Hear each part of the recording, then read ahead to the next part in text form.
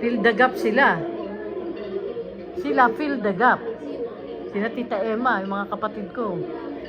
Kung saan available, doon sila. Pero bilang pa rin, pero doon sila sa hiwa-hiwalay sila, hindi sila magkakasama.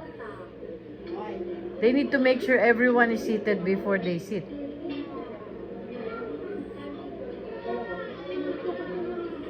Dito rin, walang kagana-gana. Oh.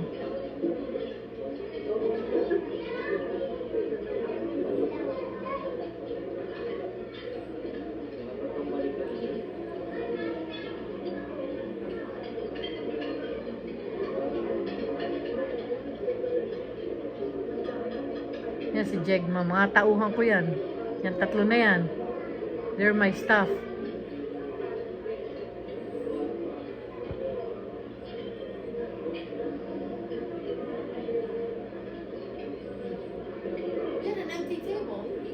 Meron?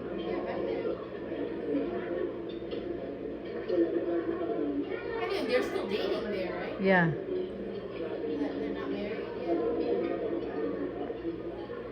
Yan, ninong ni Tito Boy.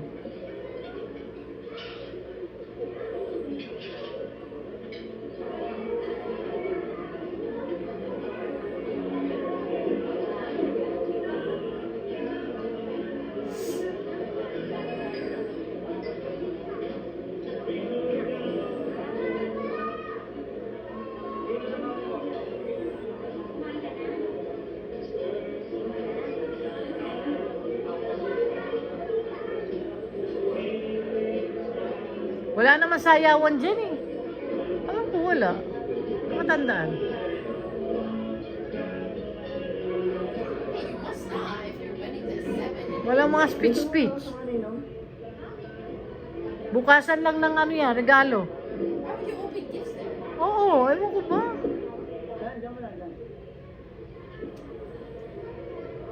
Picture taking na yan. Okay, sabi lang.